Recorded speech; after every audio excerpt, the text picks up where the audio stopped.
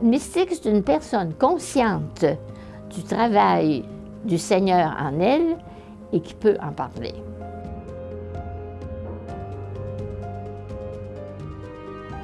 Puis Marie de l'Incarnation, évidemment, elle en parle avec son langage du 17e siècle, là, mais elle est capable d'en parler. Les plus grandes grâces qu'elle a obtenues, c'est quand elle était devant le tabernacle. Là. Elle priait vraiment là, à la chapelle. Et un jour qu'elle est à la chapelle, et puis que là, pendant sa prière, il lui arrive comme une image dans son esprit, bon, disons un songe. Et c'est là qu'elle a vu un grand pays couvert de montagnes, de forêts, de rivières. Elle voit ce grand pays et en même temps, elle voit la Vierge et son enfant dans ce paysage. Et quelques jours après, c'est là qu'elle entend, dans son cœur, elle entend, c'est le Canada que je t'ai montré. Marie de l'Incarnation, devant cette demande du Seigneur, je veux que tu ailles faire une maison à Jésus et à Marie, elle répond spontanément, Seigneur, tu sais que je ne peux rien, mais toi, tu peux tout, et je suis prête à faire ta volonté. Je trouve ça exceptionnel de pouvoir adhérer à la volonté de Dieu avec cette spontanéité. Imaginez qu'en 1650, en pleine nuit, en plein hiver, un feu détruit la maison. Marie de l'Incarnation qui raconte cet événement à son fils dans une lettre, elle dit au Seigneur, « Vous avez fait cela, mon doux amour, vous en soyez béni. » Mais Marie de l'Incarnation, toute sa vie est spéciale.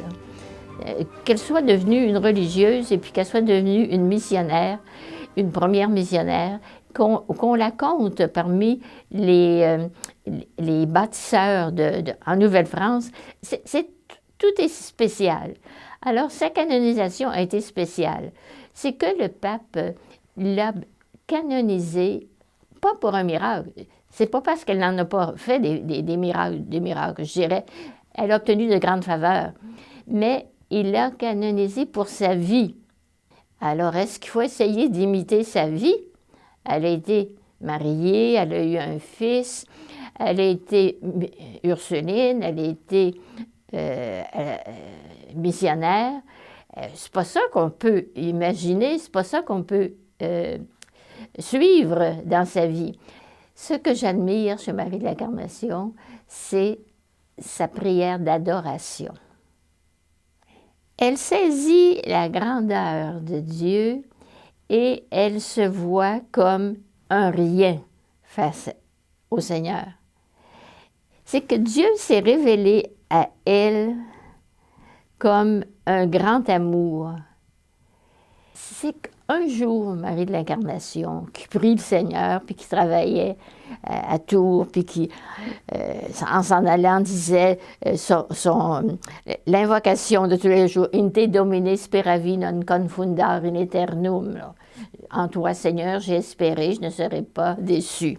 Elle s'en va tout simplement. Et tout à coup, elle se sent comme arrêtée, physiquement, puis moralement. Et là, au même moment, elle se sent enveloppée par le sang de Jésus.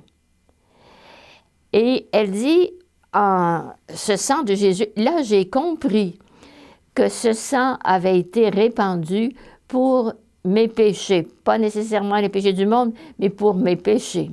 Mais en même temps, ce sang est un sang sauveur et c'est du même moment qu'elle expérimente sa situation et la miséricorde de Dieu.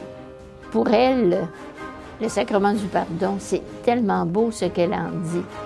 Quand elle se confesse, elle dit qu'elle retourne à la maison et qu'elle se sent une personne nouvelle. Et ça, là, le sacrement du pardon, c'est pas ce qu'on fait, c'est ce que le Seigneur fait. Alors lui, il fait des merveilles.